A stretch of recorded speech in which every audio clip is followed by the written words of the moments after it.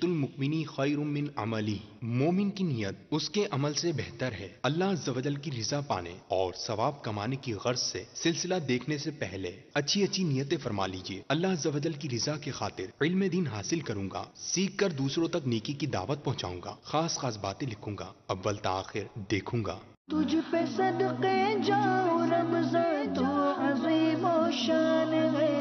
تجھ پہ صدقے جاؤں رمضان تو عظیم و شان ہے، تجھ میں نازل حق تعالی نے کیا قرآن ہے، تجھ میں نازل حق تعالی نے کیا قرآن ہے۔ الحمدللہ رب العالمین والصلاة والسلام علی سید المرسلین، اما بعد فاعوذ باللہ من الشیطان الرجیم، بسم اللہ الرحمن الرحیم۔ الصلاة والسلام علیک یا رسول اللہ وعلی آلک واصحابک یا حبیب اللہ، الصلاة والسلام علیک یا نبی اللہ وعلی آلک واصحابک یا نور اللہ۔ میٹھے میٹھے اسلامی بھائیوں اور مدنی چینل کے ناظرین، سلسلہ قرآن کتاب ہدایت لے کر ایک بار پھر آپ کی خدمت میں حاضر ہوئے ہیں، اور اس سلسلے میں انشاءاللہ العزیز ایک موضوع کے تحت آیت مبارکہ اور چند احادیث مبارکہ تشریح تفصیل انشاءاللہ العزیز سننے کی سعادت حاصل کریں گے۔ اللہ کریم رب العزت جل وعلا ہم سب کو قرآن مجید فرقان حمید کی تعلیمات پر عمل کرنے کی توفیق عطا فرمائے۔ نبی رحمت شفیع امت صلی اللہ تعالی علیہ وآلہ وسلم کا فرمان مبارک عظمت عالی شان ہے، تم اپنی مجلسوں کو مجھ پر درود پڑھ کر آراستہ کیا کرو، تمہارا مجھ پر درود پڑھنا قیامت کے دن تمہارے لیے نور ہوگا۔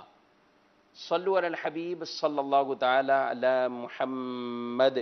صلی اللہ علیہ وآلہ وسلم، صلاۃ و سلام علیکہ یا سیدی یا مکی یا مدنی یا عربی یا قرشی یا مطلبی یا ہاشمی یا رسول اللہ وعلی آلک و اصحابک یا حبیب اللہ۔ میٹھے میٹھے اسلامی بھائیوں، دین اسلام میں مساجد کا جو مقام اور جو اہمیت شریعت مطہرہ نے بیان فرمائی ہیں، مسجدیں یہ اللہ تبارک و تعالی کے گھر کہلاتے ہیں۔ جی ہاں، ساری زمین ہی اللہ کی ہے اور تمام تر چیزوں کا مالک اللہ رب العالمین ہی ہے، مگر بطور خاص مسجد کو ہی اللہ کا گھر کہا گیا ہے، کیونکہ مسجدیں وہ بطور خاص انسان اپنی ملکیت سے نکال کر اللہ رب العالمین کی ملکیت میں دے دینا، اللہ کے لیے وقف کر دینا، اللہ کے لیے انہیں خاص کر دینا،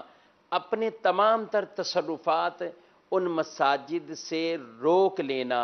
یہ مسجدیں بیت اللہ اس وجہ سے کہلاتی ہیں۔ اور پھر ساری مسجدیں بیت اللہ ہی ہیں، مگر بطور خاص مسجد الحرام شریف، جسے بیت اللہ مسجد الحرام بطور خصوصیت کے ساتھ یہ کہا جاتا ہے، وجہ اس کی یہی ہے کہ وہاں اللہ تبارک و تعالی کا وہ کعبہ معظمہ ہے، وہ قبلہ شریف ہے، اور جس سمت کی طرف ہر کوئی منہ کر کے رک کر کے اپنی نمازوں کو ادا فرماتے ہیں۔ تو مساجد اللہ تبارک و تعالی اور اس کے پیارے رسول صلی اللہ علیہ وآلہ وسلم نے ان مساجد کے حوالے سے جو ان کی اہمیت کو بیان فرمایا ہے، اور انہیں بطور خاص ان مساجد کے جو تذکرے قرآن اور احادیث میں موجود ہیں، چند باتیں انشاءاللہ آج ہم سننے کی سعادت حاصل کریں گے۔ اللہ رب العالمین قرآن پاک میں ارشاد فرماتا ہے، انما یعمر مساجد اللہ من آمن باللہ والیوم الآخر واقام الصلاة وآت الزکاة ولم یخش الا اللہ فعسى اولئک ان یکونوا من المہتدین۔ ارشاد فرمایا، مسجدیں وہی آباد کرتے ہیں جو اللہ اور آخرت کے دن پر ایمان رکھتے ہیں، ایمان لائے ہوئے ہیں، اور انہوں نے اس نماز کو قائم کیا، زکوٰۃ ادا کی، خدا کے سوا کسی سے ڈرتے نہیں ہیں، بے شک وہ راہ پانے والوں میں سے ہے، بے شک وہ ہدایت یافتہ ہیں۔ یعنی مسجدوں کی آبادی، اس کے سبب اللہ کریم جو انعام عطا فرماتا ہے ان کو ہدایت یافتہ شمار فرمایا گیا ہے، اور ہدایت یافتہ ہونے کی انہیں خوشخبری اور بشارت عطا فرمائی گئی ہے۔ مدنی چینل کے ناظرین، مساجد کے ساتھ اپنا تعلق بحال رکھنا، اپنا تعلق قائم رکھنا، اس کی ہماری بہت بڑی ذمہ داری بنتی ہے۔ ارشاد فرمایا کہ مساجد وہی آباد کرتے ہیں جو اللہ اور آخرت پر ایمان رکھتے ہیں، انہی کا حق بنتا ہے یہ مساجد کو آباد کریں۔ مساجد کی آباد کاری کے اندر ان کے افعال، ان کی محنتیں، ان کے تعاون وہ شامل ہو جائیں۔ یہاں یہ بات عرض کرنا بہت مفید سمجھتا ہوں کہ یہ آبادی مسجد کیا ہے، مسجد کو آباد کرنا، اس سے مراد کیا ہے؟ یاد رکھیں کہ مساجد کو آباد کرنا، مساجد کی تعمیرات ہوں، مساجد کے لیے زمین ہو، مساجد کی عمارت ہو، مساجد کے اندر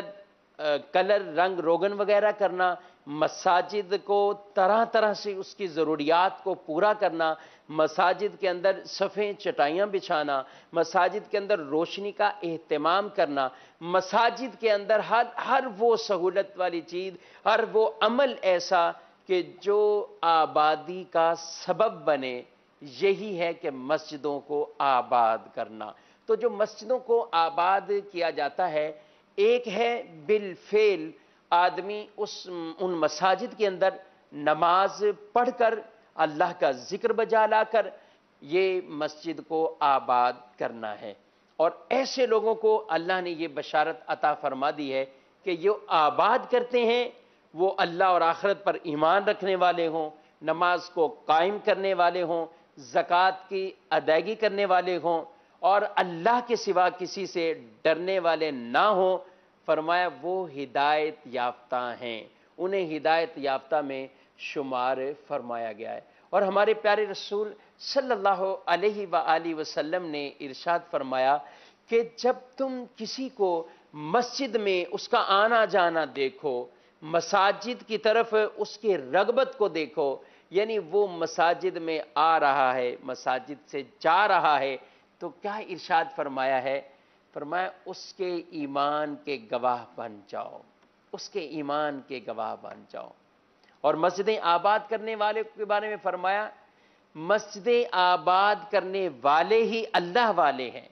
ایک حدیث میں فرمایا مسجد کو آباد کرنے والوں سے اللہ محبت فرماتا ہے، اللہ انہیں اپنا محبوب بنا لیتا ہے کہ وہ ذکر اللہ کے ذریعے، وہ عبادات کے ذریعے اللہ کے اس گھر کو آباد کرتے ہیں۔ تو اس لیے ہمیں ان چیزوں کی شاعر اللہ ایک طرح کے ہیں، اور ان کی ہمیں تعظیم، ان کی تکریم، اور وہ تمام تر معاملات جو ثواب اور نیکی کے زمرے میں آتے ہیں وہ افعال ان مساجد کے اندر کرنے چاہیے، اور ہر وہ ایسا معاملہ جس سے اس مسجد کی اہمیت پر یا جس کے حوالے سے اس مسجد کی وقت ختم ہوتی ہو،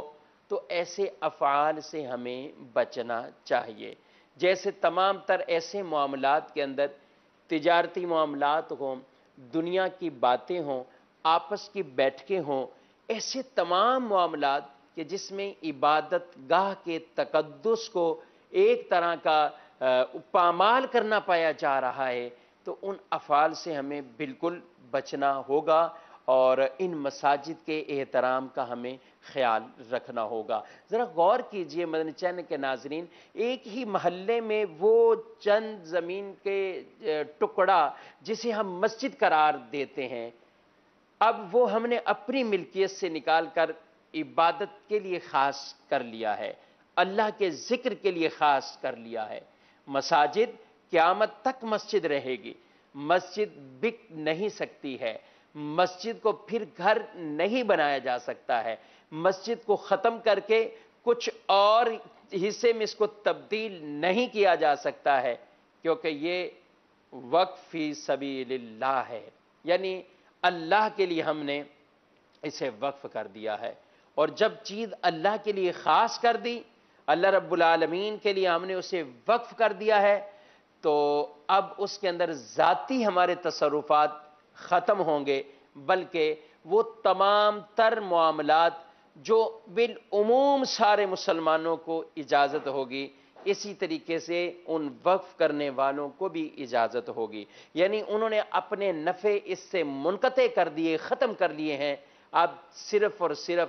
اللہ کے لیے یہ جگہ ہے، اور اللہ تبارک و تعالیٰ کے پیارے رسول صلی اللہ علیہ وآلہ وسلم نے فرمایا، جس نے اللہ کے لیے مسجد کو بنایا،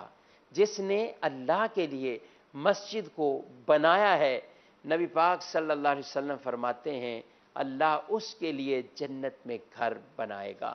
اللہ اس کے لیے جنت میں گھر بنائے گا۔ کتنی عظیم یہ خوشخبری ہے کہ مسجد بنانے والوں کو جنت میں گھر ملتا ہے۔ منشن کے ناظرین، یہاں میں ایک بات آپ سے عرض کرنا چاہوں گا، اہل جنت میں سے ہر ایک کو جنت میں گھر ملے گا، جنت میں تمام کو، جنتیوں کو گھر ملے گا، جی ہاں ملے گا، لیکن مسجد بنانے والے کے لیے بطور خاص فرمایا اسے جنت میں گھر ملے گا۔ یہ کیا ہے؟ یہ اس کے اندر کون سی ایسی فضیلت والی، ایک ایکسٹرا فضیلت والی بات ہے کہ جو مساجد کو بنانے والے ہیں انہیں اللہ رب العزت کی طرف سے وہ عظیم الشان جنت کے اندر محل ملے گا۔ اور جی ہاں، مسجد تھوڑے سے جگہ پر بھی مسجد ہوئی، یہاں تک کہ حدیثوں میں اس کو گھونسلوں سے، پرندوں کے گھونسلوں سے تشبیہ دے کر کہا کہ اگر گھونسلے کی مثل بھی کسی نے مسجد بنائی اس کے لیے اللہ گھر بنائے گا۔ حالانکہ اتنی مختصر چھوٹی کوئی مسجد نہیں ہوتی ہے، لیکن ایک تشبیہ دے کر سمجھایا ہے کہ اگر کسی کے پاس اتنی ہی طاقت ہے کہ وہ اللہ کے لیے مسجد بناتا ہے، چاہے چھوٹی سی وہ مسجد بناتا ہے، اللہ کریم اسے جنت میں گھر عطا فرماتا ہے۔ وہ گھر کون سا ہوگا؟ فرمایا کہ جیسے عام طور پر عام روٹین کے حساب سے عام ہم محلوں میں دیکھتے ہیں تو ہمارے محلوں میں عالیشان مکانات بھی ہوتے ہیں، گلیوں میں بھی کئی خوبصورت مکانات بھی ہوتے ہیں، لیکن اس تمام تر محلے میں جو جگہ خاص مرکزیت کا کردار ادا کرتی ہیں، جن جگہوں کو خاص ایک فوقیت اور اہمیت ہوتی ہے، وہ مسجدیں ہوتی ہیں۔ ان کی بڑی عزت ہے، ان کا بڑا احترام ہے، ان کے لیے بڑا وقار ہے، یہ مسجدوں کو حاصل ہوتا ہے۔ فرمایا جس طرح اس محلے میں تمام جگہوں سے بڑھ کر مقام فضیلت اس مسجد کو حاصل ہوتی ہے، اسی طرح جنت کے تو ساری ہی جگہیں فضیلت والی ہیں، وہاں ادنا نہیں بلکہ اعلیٰ ہی اعلیٰ ہے۔ لیکن فرمایا گیا کہ جیسے دنیا کے اندر مسجد ایک الگ فضیلت رکھتی ہے اور مسجد کی ایک الگ شان ہے، اسی طرح مسجد بنانے والے کو جو اللہ تعالیٰ جنت میں گھر عطا فرمائے گا وہ ایک الگ نمایاں گھر ہوگا۔ یعنی اس سے پتہ چلے گا کہ یہ اس خوش نصیب کو ملا ہے جس نے دنیا کے اندر کوئی ایسی مسجد جس کو اللہ کے لیے وقف کیا ہو، کوئی ایسی مسجد جس کو اللہ کی رضا کے لیے اس نے بنایا ہے، تو بڑی انہیں فضیلتیں حاصل ہوتی ہیں۔ نبی پاک صلی اللہ علیہ وسلم نے فرمایا کہ جب تم جنت کی کیاریوں کے قریب سے گزرو، جب تم جنت کی کیاریوں کے قریب سے گزرو تو چر لیا کرو۔ عرض کی گئی یا رسول اللہ صلی اللہ علیہ وآلہ وسلم، یہ جنت کی کیاریاں کیا ہیں اور چرنا کیا ہے؟ فرمایا جنت کی کیاریاں یہ مسجدیں ہیں جو جنت کی کیاریاں ہیں،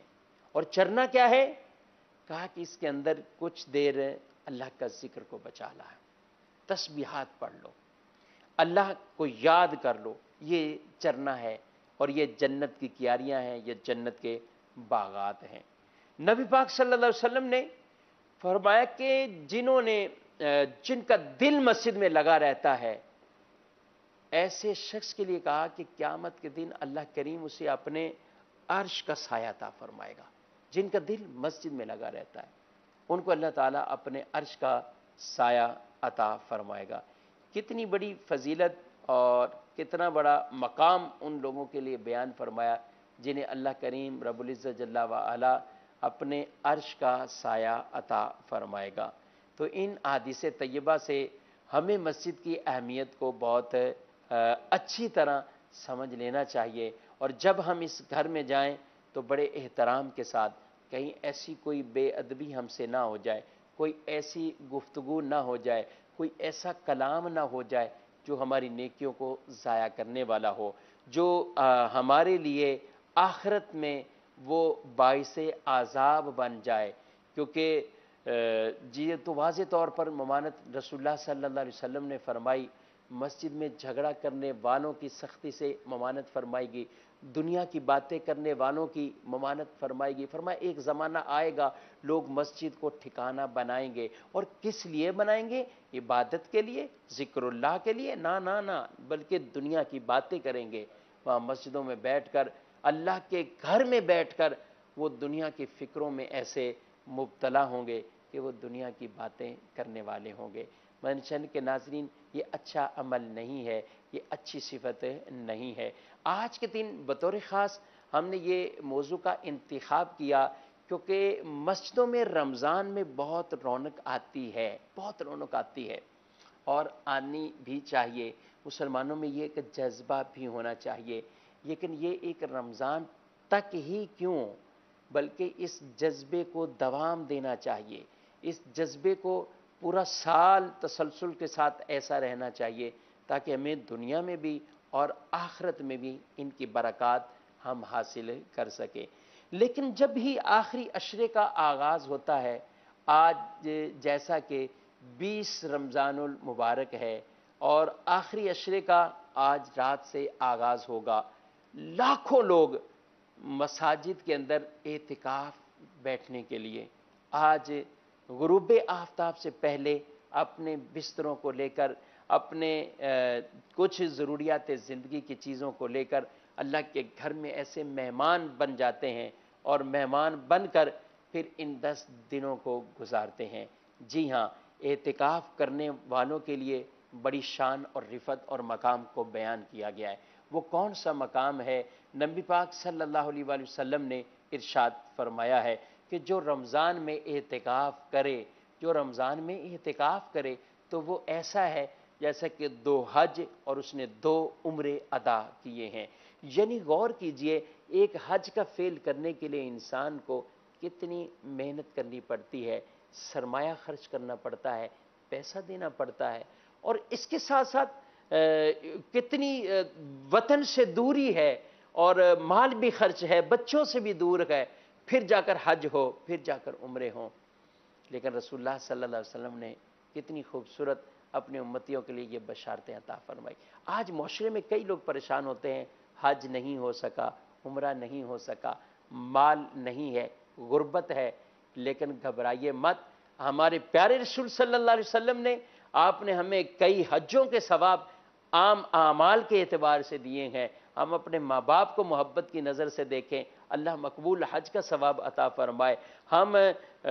اگر اعتکاف کر لیتے ہیں، 2 حج اور 2 عمروں کا ثواب ہو جاتا ہے۔ ہم اشراق و چاش کے نوافل پڑھیں، اس پر فضیلتیں اور ثواب مل جاتے ہیں۔ یعنی کئی اعمال ایسے ہیں جن پر ہمیں حج اور عمروں کا اللہ تعالیٰ ثواب عطا فرماتا ہے۔ تو جب اجر اتنا بڑا ہے، اتنا بڑا اس کا اجر اور ثواب ہے، تو بعض اوقات نفس و شیطان کے بہکاوے ایسے ہوتے ہیں، اور بالخصوص رمضان کے اندر مختلف طرح کے لوگ جب مسجد میں آتے ہیں تو وہ شاید یہ سمجھتے ہیں کہ ہمیں مسجد کے اندر کھلی چھوٹ ہے، ہم مسجد میں آزادانہ خیالات کے ساتھ اپنا گزر بسر کر سکتے ہیں، تو پھر وہ مساجد میں ان چیزوں کا خیال نہیں رکھتے۔ حالانکہ اعتکاف کی اہمیت اس سے اندازہ لگائیں، اللہ کے رسول صلی اللہ علیہ وآلہ وسلم نے، آپ نے اعتکاف کرنے والوں سے متعلق جو اس کی اہمیت کو بیان کیا، آپ نے اعتکاف سے پہلے اپنا سر مبارک اپنے خیمے سے باہر نکال کر فرمایا، میں نے شب قدر کو تلاش کرنے کے لیے اعتکاف کیا، پہلے عشرے کا، دوسرے عشرے کا۔ اب مجھے بتایا گیا کہ وہ شب قدر آخری عشرے کی تاک راتوں میں ہے، لہذا تم میں سے جو چاہے وہ میرے ساتھ اعتکاف میں بیٹھ جائے اور اس شب قدر کو تلاشی کرتے ہیں۔ یعنی عبادت کا مقصد یہ بیان کر دیا گیا کہ شب قدر کو تلاش کرنا ہے۔ قرآن پاک میں اگر ہم دیکھتے ہیں تو اللہ تعالیٰ اپنے نبی حضرت ابراہیم علیہ السلام اور اپنے نبی حضرت اسماعیل علیہ السلام سے ارشاد فرمایا وَاحِدْنَا إِلَىٰ إِبْرَاهِيمَ وَإِسْمَاعِيلَ أَن طَاهِرَ بَيْتَ لِلطَّائِفِينَ وَالْعَاكِفِينَ وَالرُّكَّعِ السُّجُودِ کہ ہم نے تاکید فرمائی ہے ابراہیم اور اسماعیل علیہ السلام کو کہ وہ میرے گھر کو، وہ میرے بیت کو، اس گھر کو، مسجد کو وہ پاک کریں، خوب ستھرا کریں۔ کن کے لیے؟ فرمایا طواف کرنے والوں کے لیے۔ کن کے لیے؟ فرمایا اعتکاف، رکوع اور سجدہ کرنے والوں کے لیے، کہ ان کے لیے میرے گھر کو خوب پاک اور صاف اور ستھرا فرمائے۔ یعنی غور کیجئے کہ اللہ تعالیٰ اپنے پیارے نبیوں کو یہ حکم دے رہا ہے کہ میرے گھر کو نمازیوں کے لیے پاک صاف ستھرا فرما دیجئے، اور اپنے نبیوں کو یہ حکم ارشاد فرمایا۔ ہمیں تو اور زیادہ چاہیے کہ ہم بھی مسجد کی صفائی میں، مسجد کی پاکی کے اندر، مسجد کی طہارت کے اندر اپنا کردار ہم بھی پیش کیا کریں، اور مسجد سے اذیت دہ چیز کو مسجد سے ہم دور کیا کریں۔ قبلہ شیخ طریقت امیر اہل سنت دامت برکاتہم العالیہ، آپ کی برسوں سے یہ عادت رہی ہے اور آپ کا معمول رہا ہے۔ مسجد میں جب آپ عام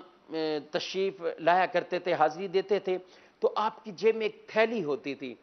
اور دیکھتے مسجد کے اندر کوئی اذیت والی چیز ہے، اس کو اٹھاتے، اس تھیلی میں ڈالتے اور اس کو اپنی جیب کے اندر، پاکٹ کے اندر رکھ لیا کرتے تھے۔ یہ دیکھیں مسجد کا کس قدر احترام کیا جا رہا ہے، کس قدر آداب کو بجا لایا جا رہا ہے۔ تو ہم جہاں مسجد میں عبادت کرتے ہیں، وہاں مدنی چینل کے ناظرین اس کے ساتھ ساتھ اس مسجد کی صفائی، اس مسجد کی ستھرائی، اس میں ہمیں اپنا کردار ادا کرنا چاہیے۔ جو اعتکاف کے لیے آ رہے ہیں ان کی بھی بہت بڑی ذمہ داری بنتی ہے۔ یہ مت سمجھیں کہ وہ کھلی چھٹی میں ہے، لیکن ان کو جو شریعت مطہرہ کی طرف سے خصوصیات کے ساتھ اجازتیں ہیں کہ وہ اعتکاف کی نیت سے ہیں۔ مسجد میں سونا ان کے لیے جائز ہے، کھانا پینا ان کے لیے سحر افطار جائز ہے، مگر اس کے لیے ہرگز ایسا ماحول نہ ہو کہ مسجد نہ لگے، مسجد کے تقدس کا خیال نہ رکھا جا رہا ہو، ایسا ماحول نہیں ہونا چاہیے۔ اور ہمارے پیارے رسول صلی اللہ علیہ وسلم نے ایک مرتبہ فرمایا، میں شب قدر کے بارے میں لوگوں کو آگاہ کرنے کے لیے آیا ہوں، لیکن جب میں باہر آیا شب قدر کے بارے میں بتانے کے لیے، تو دو آدمیوں کی آپس میں لڑائی ہو رہی تھی، دو آدمیوں کا جھگڑا تھا، اور اس لڑائی کی وجہ سے شب قدر کے تعین کو اٹھا لیا گیا ہے۔ شب قدر کے تعین، لہذا تم اسے تاک راتوں میں تلاش کرو، ممکن ہے اس میں تمہارے لیے بھلائی ہو، کوئی حکمت ہو۔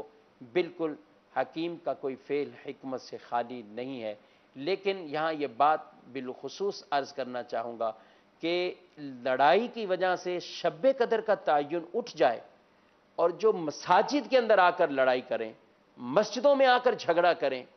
آج ہم کسی کے ہاں مہمان بن کر جائیں تو ہم بہت خیال رکھتے ہیں، ہمارا لباس اچھا ہونا چاہیے، ہم اپنے اوپر پرفیوم خوشبوئیں لگاتے ہیں کہ ہم کسی کے گھر جا رہے ہیں تو ہمارا وہاں اس گھر کے اندر ایک مہمان ہونے کی حیثیت سے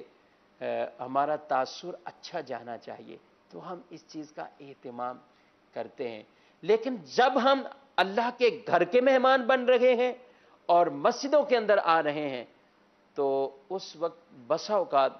ہمارے انداز کچھ بہتر نہیں ہوتے۔ ہم بالکل اس چیز کا خیال کیے بغیر کہ ہم کس جگہ پہ جا رہے ہیں، ہم مسجدوں میں جاتے ہیں، نہ لباس کے اندر دیکھتے ہیں۔ یاد رکھیں، مسجدوں کو خوشبو والا رکھنا یہ ہماری ذمہ داری بنتی ہے، اور مساجد سے بدبو کو دور کرنا یہ واجب اور ہماری ذمہ داری بنتی ہے۔ ہمارے کپڑوں میں سے، ہمارے لباس میں سے، ہمارے موزوں میں سے، ہمارے بدن میں سے ایسی سمیل نہ آئے، ایسی بدبو نہ آئے کہ جس سے لوگوں کو اذیت ہو، جس سے مسلمانوں کو اذیت ہو، جس سے فرشتوں کو اذیت ہو۔ ہمیں حکم دیا گیا ہے کہ ہم ان چیزوں کا اہتمام کریں، ان چیزوں کا ہم خیال رکھیں۔ اور یہ فرمایا گیا خُذُوا زِینَتَکُمْ عِندَ کُلِّ مسجد، کہ مسجد یعنی نماز کے لیے سے بطور خاص کہا کہ زینت اختیار کرو۔ ایسا نہیں ہے کہ جو لباس میسر ہو ہم اسی میں نماز کے لیے چلے جائیں، نہ ایسے لباس جو بالکل میلے کچیلے ہو چکے ہیں، بدبودار ہو چکے گئے، یا جن لباس کو پہن کر ہم کسی بڑے کی دعوت پر نہیں جا سکتے، تو مساجد کے اندر بھی ایسے لباس میں ہمیں نہیں جانا چاہیے، اہتمام کے ساتھ ہو۔ لہذا مدنی چینل کے ناظرین آج جو خوش نصیب مساجد کا رخ کر رہے ہیں، بطور خاص اعتکاف کریں گے، ان کو یہ ذمہ داری بنتی ہے کہ مسجد کے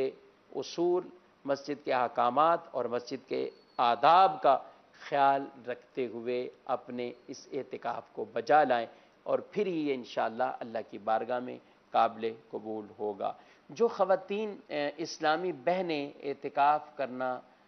چاہ رہی ہوتی ہیں تو وہ اپنے گھر میں، جسے مسجد بیت کہا جاتا ہے، یعنی گھر کی وہ جگہ جو نماز کے لیے مختص کی ہوتی ہے، اس جگہ کے مسجد بیت کہا جاتا ہے، گھر کی جائے نماز کہا جاتا ہے، وہاں وہ اعتکاف کر سکتی ہیں، اور آج غروب آفتاب سے پہلے پہلے اس جائے نماز کے اندر وہ داخل ہو جائیں، اعتکاف کی نیت کے ساتھ چلی جائیں، اور ان کو اعتکاف اسی مقام میں یعنی اس جائے نماز کے اندر، اس مسجد بیت کے اندر کرنا گئے، وہیں وہ اپنی عبادات کو بجا لائیں گی، وہیں وہ آرام بھی کریں گی، اور وہاں سے بلا حاجت شرعی اور بلا اجازت شرعی وہاں سے ان کا نکلنا وہ درست نہیں ہوگا۔ اگر وہ اپنے اعتکاف کی ان حدوں کا خیال نہیں رکھیں گی تو اس صورت میں ان کا اعتکاف فاسد ہو جائے گا، ان کا اعتکاف ختم ہو جائے گا۔ مردوں کے لیے اعتکاف کے لیے مسجد میں اعتکاف کرنا شرط ہے، جائے نماز میں اعتکاف نہیں ہو سکتا، یعنی مارکیٹ کی وہ بعض جگہیں یا بعض ایسے مقامات جو باقاعدہ مسجد نہیں بلکہ کوئی کمرہ یا جگہ صرف نماز کے لیے مختص کی ہو، تو اس میں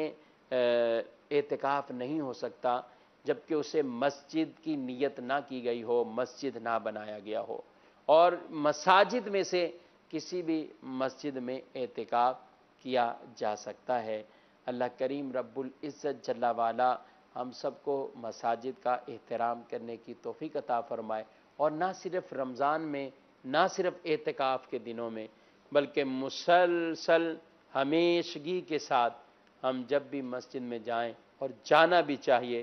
میں نے روایت ابتداءً عرض کی کہ جس کا دل مسجد میں لگ جاتا ہے اللہ تبارک و تعالی اس آدمی کو اپنے عرش کا سایہ عطا فرما دے گا۔ تو ہم دنیا میں بھی رہتے ہوئے، عام معمولات میں بھی رہتے ہوئے کوشش یہی کریں کہ مساجد کی طرف ہمارا رخ ہوتا رہے اور مسجدوں میں ہمارا آنا جانا ہوتا رہے۔ نماز پنجگانہ کے لیے ہم مسجد کی حاضری دیتے رہیں۔ رسول اللہ صلی اللہ علیہ وآلہ وسلم نے یہاں تک فرمایا کہ اللہ تعالیٰ نے جو قرآن پاک میں فرمایا وَنَكْتُبُ مَا قَدَّمُوا وَآثَارَهُمْ، ہم ان کے قدموں کے آثار بھی وہ لکھتے ہیں۔ فرمایا مراد یہ کہ جو قدم مسجد کی طرف چل کر جاتے ہیں ان کو بھی لکھا جاتا ہے، ان پہ ثواب ملتا ہے۔ اور کچھ لوگوں نے مسجد نبوی کے قریب ہی گھر تلاش کرنا چاہا تو انہیں ارشاد فرما دیا گیا کہ تم جو اتنی دور سے چل کر آتے ہو، اس قدم قدم قدم پر تمہارے لیے نیکیاں ہیں۔ لہذا مساجد میں اپنے دل کو لگائیے، احترام کے ساتھ، محبت کے ساتھ ہم مسجدوں کا رخ کیا کریں، اور وہیں جا کر اپنی نماز کو، نماز باجماعت کو پنجگانہ ہم ادا کیا کریں۔ اللہ کریم رب العزت جل والا مجھے آپ کو ان باتوں پر عمل کرنے کی توفیق عطا فرمائے۔ مساجد کے جو اہمیت ہے ان کو ہم سب کو ان کا خیال رکھنے کی اللہ تعالیٰ توفیق عطا فرمائے، آمین بجاہ النبی الامین صلی اللہ تعالی علیہ وآلہ وسلم۔ جاؤ رمضان تو عظیم و شان ہے، تجھ پہ صدقے جاؤ رمضان تو عظیم